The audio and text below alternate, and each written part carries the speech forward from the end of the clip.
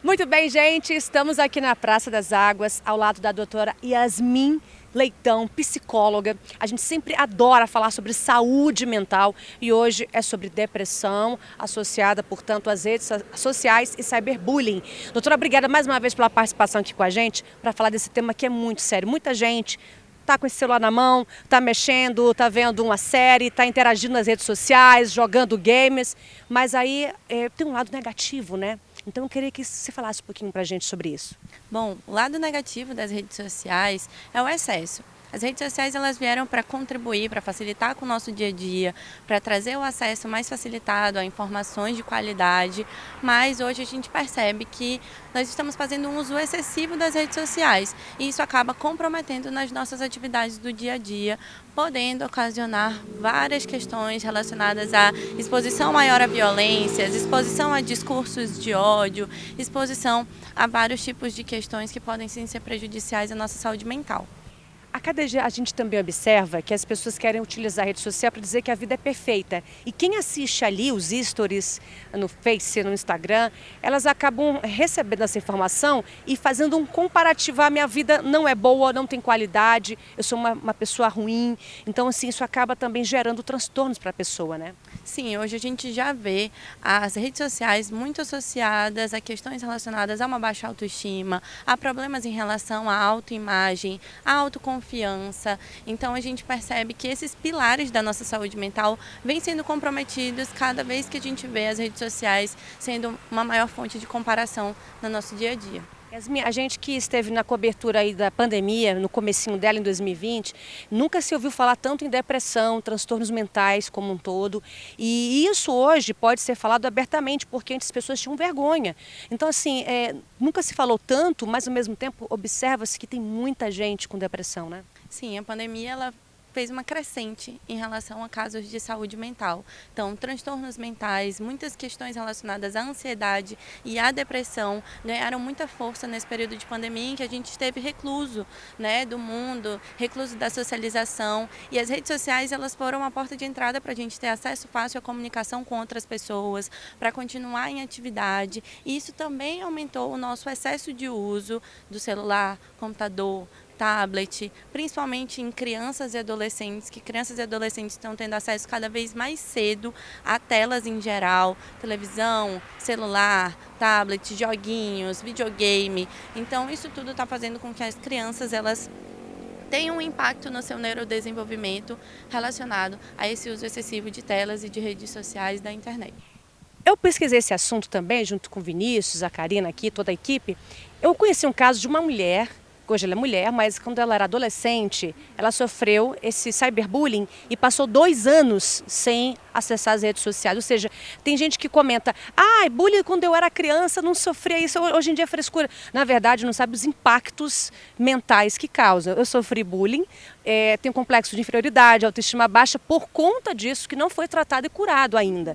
Então, falar de bullying, de uma certa forma, é falar também de respeito ao próximo, que geralmente principalmente nos primeiros anos, na infância e adolescência, as pessoas não têm noção do quanto isso pode ocasionar de consequências na vida adulta, né? Sim, com certeza. Então a gente precisa olhar para o bullying como um problema de saúde pública. Hoje o bullying ele é banalizado em muitos locais. A gente sabe que ele não acontece somente nos espaços como escola, mas também em todos os espaços em que contém pessoas socializando, trocando ideias, vai ter sim o bullying presente ali ou algum tipo de questão relacionada à humilhação, a piadas desnecessárias, a questões relacionadas ao mau gosto ali, questões de mau gosto, comentários de mau gosto, críticas destrutivas. Tudo isso está relacionado ao bullying, está em todos os nossos espaços e não seria diferente na internet. Então, é algo que a gente tem que prestar atenção porque os impactos dentro da nossa saúde mental e emocional, eles são profundos e eles tendem a ser permanentes. Então, quando a pessoa geralmente vai buscar ajuda, é porque o bullying ele já se intensificou,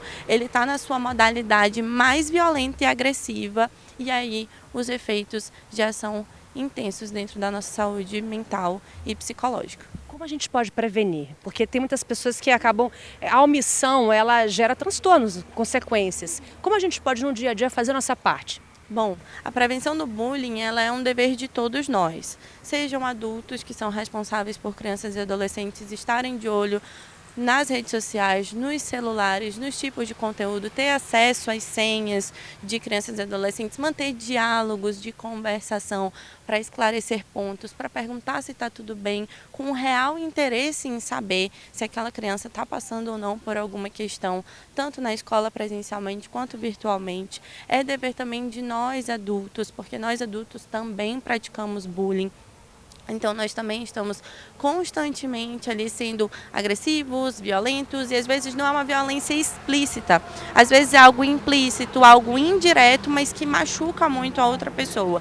Então, é necessário uma autoanálise dos nossos comportamentos, de entender, será que eu estou sendo uma pessoa desagradável? Será que eu estou sendo uma pessoa intimidadora? Será que eu estou magoando alguém? E também no sentido de propagar informação e de levar informação e de se preocupar e intervir. Se você é uma pessoa que já presenciou alguma situação de bullying, você tem o poder nas mãos de ajudar aquela vítima a realizar uma denúncia, a procurar ajuda, até mesmo psicológica. Certo. Eu pergunto também se existe uma punição para o cyberbullying, né? Que a gente sabe que é crime também, né? Hoje existe punição para o cyberbullying. O nosso Código Penal, ele prevê algumas questões relacionadas ao cyberbullying, especialmente ao que diz respeito à calúnia, difamação, ameaças, injúria racial. Tudo isso está previsto, e também conteúdos relacionados à violência sexual ou exposição sexual sem consentimento, sem autorização da pessoa que está vivenciando a vítima, né, no caso, que está vivenciando a situação. No caso, se tem uma pessoa que está sendo ameaçada na internet, o que ela deve fazer? O que é preciso de cuidados e cautelas? Em casos de crianças e adolescentes, sempre buscar um adulto de confiança. Se o adulto de confiança não te trouxe segurança, busque um segundo adulto. Mas não deixe de buscar a ajuda de alguém que seja maior e que possa te ajudar com os procedimentos de proteção, né, de autoproteção. Se for um adulto, procurar uma delegacia e também procurar um serviço de atendimento psicológico para trabalhar os impactos que foram causados em relação à sua saúde mental. Você falou sobre conteúdos que são sexuais. Eu acho que boa parte das pessoas em Boa Vista devem saber do meu caso, que eu acabei passando por isso, esse constrangimento. E eu acho que o importante é isso, é você buscar seus direitos e principalmente não compartilhar ou denegrir a imagem da pessoa, no caso a vítima, que eu fui na época em 2014. Então assim, é importante essa consciência e de que as mulheres que passem por isso, elas vejam assim, não, errar é humano, você não errou, você foi vítima, você pode recomeçar. Porque eu também recebi muito casos de mulheres que fugiram dos seus estados de origem, algumas se mataram. Então é importante isso, a gente conscientizar. Profissão, né? Tem muitas mulheres que abandonam a profissão.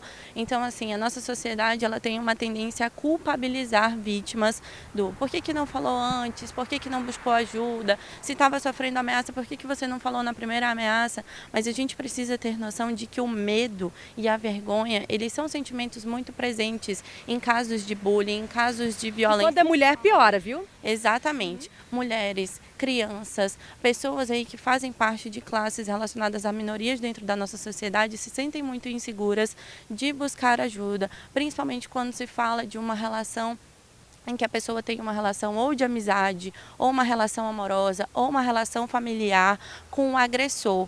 Então, a tendência é que a pessoa sinta ainda mais medo, sinta ainda mais insegurança de buscar ajuda. E quanto mais a gente culpabiliza vítimas, menos a gente dá oportunidade para que pessoas denunciem. Quanto mais a gente apoia vítimas a realizarem a denúncia, mais a gente tem força para que outras pessoas consigam denunciar também. É isso. Esse é o recado para você que está assistindo o Tome Consulta. Crime virtual, é importante você ficar atento, saber dos seus direitos. E olha, obrigada, esse assunto é muito importante, falou sobre depressão, transtornos mentais, falamos sobre cyberbullying. E é isso, o dever do Tome Consulta é informar e conscientizar as pessoas. Obrigada, até a próxima, viu? Obrigada, eu que agradeço a oportunidade de estar conversando sobre um assunto tão importante aqui no Doutor Me Consulta. Tá certo, então é isso, você pode assistir na televisão e também rever quantas vezes quiser no canal do YouTube Doutor Me Consulta.